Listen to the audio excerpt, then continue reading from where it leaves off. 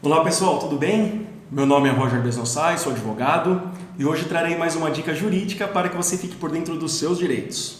Hoje falarei da responsabilidade civil do empregador, das doenças do trabalho, acidente do trabalho e o dano material e moral. Atualmente cresce cada dia mais o número de ações requerendo indenizações decorrentes de doença ocupacional ou acidente de trabalho. Abordarei duas modalidades de configuração da doença ocupacional que já adianto serem as derivadas de nexo causal e as concausais. Nexo causal, o que é? O nexo causalidade é a comprovação de que houve um dano efetivo, motivado por ação voluntária, negligência e imprudência daquele que causou o dano. Para simplificar, vou dar alguns exemplos de doença ocupacional geradas pelo nexo concausal. O escrevente que adquiriu tendinite, o soldador que desenvolveu catarata, o auxiliar de limpeza que sofre com LER, que são lesões por esforços repetitivos, o trabalhador que levanta peso e sofre com problemas de coluna, dentre outros.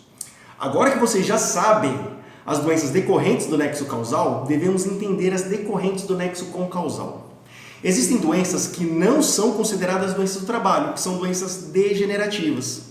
As doenças degenerativas não são consideradas doenças do trabalho em virtude da sua natureza, pois se desenvolvem naturalmente.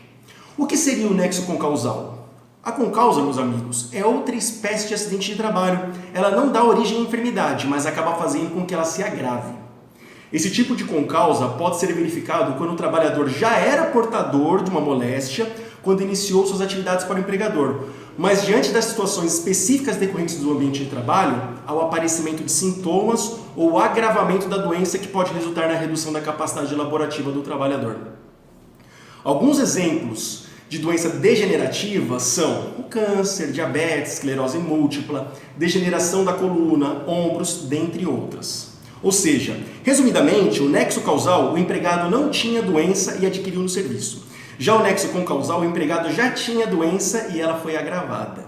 Então, meus amigos, identificado o nexo causal ou o nexo concausal, o artigo 7º, inciso 28 da Constituição Federal, bem como os artigos 186 e 927 do Código Civil, garantem ao trabalhador uma indenização por danos morais. Lembrando que os nossos tribunais mantêm o entendimento de que essa indenização por danos morais possui um caráter disciplinar e não reparatório, uma vez que o sofrimento pessoal da vítima não pode ser medido e muito menos reparado. Portanto, fica claro que a indenização por dano moral tem como objetivo coibir que as empresas exponham seus funcionários ao risco de sofrerem lesões e acidentes graves no ambiente de trabalho. E o dano material, a pensão vitalícia, como fica? Quero começar dizendo que a perda da capacidade laborativa não implica apenas na maior dificuldade física para a realização do mesmo trabalho, mas alcança também a perda da profissionalidade da carreira, de promoções, outras oportunidades decorrentes das limitações que a doença impõe ao empregado, bem como impõe limitações nas suas tarefas domésticas diárias. Assim, constatada a perda ou a redução da capacidade para o ofício ou profissão que a vítima exercia antes do acidente no trabalho ou do desenvolvimento da doença ocupacional, é devida a pensão mensal integral ou parcial a depender do grau de perda da capacidade laboral, em valor correspondente à importância do trabalho para que se inabilitou nos termos do artigo 950, parágrafo único do Código Civil. Importante consignar que após sofrer um acidente de trabalho, algumas medidas podem facilitar que o acidentado possa garantir seus direitos, a saber, primeiro, logo após a ocorrência do acidente e tendo condições físicas, deve-se comunicar imediatamente ao superior hierárquico ou pedir que alguém o faça em seu nome. Segundo, procurar socorro médico o mais rápido possível e solicitar um atestado descrevendo quais foram os danos sofridos. E terceiro, e não menos importante, ir até a empresa ou pedir que alguém vá para a empresa providenciar a abertura do CAT, o Comunicado de Acidente de Trabalho. O CAT é peça de suma importância para o trabalhador, pois é capaz de provar que o obreiro sofreu um acidente de trabalho, servindo como prova o requerimento de benefícios previdenciários futuros e também para obrigar que a empresa indenize o empregado pela perda da redução da sua capacidade laborativa.